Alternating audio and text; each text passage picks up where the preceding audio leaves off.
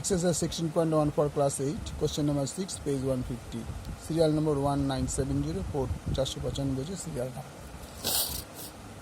একটা ত্রিভুজ দিয়ে দিয়েছে, বি কোণটা বলে দিয়েছে 70 ডিগ্রি, মানে বি কোণ ইকুয়াল টু 70 ডিগ্রি প্রোভাইড করা আছে, মানে দেওয়া আছে।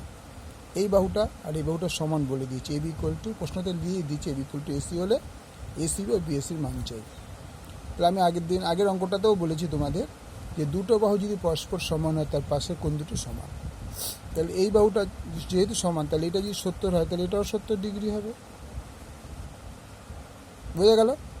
যেহেতু এই বাহু দুটো সমান, এটা যদি 70 হয় এটাও 70 ডিগ্রি হবে। তাহলে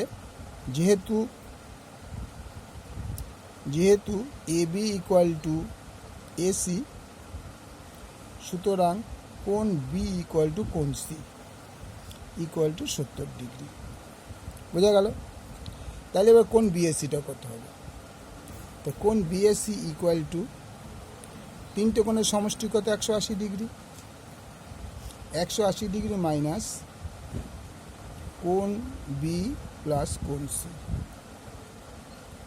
তাহলে 180 ডিগ্রি, বি কত ছিল? 70 ডিগ্রি, এটা মাইনাস 70 ডিগ্রি প্লাস 70 ডিগ্রি।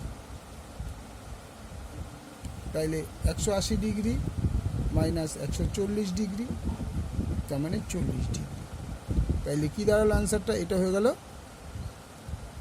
40 ডিগ্রি। তাহলে কোণ এ ইকুয়াল টু 40 ডিগ্রি, কোণ বি ইকুয়াল টু 70 ডিগ্রি, কোণ সি ইকুয়াল টু 70 ডিগ্রি।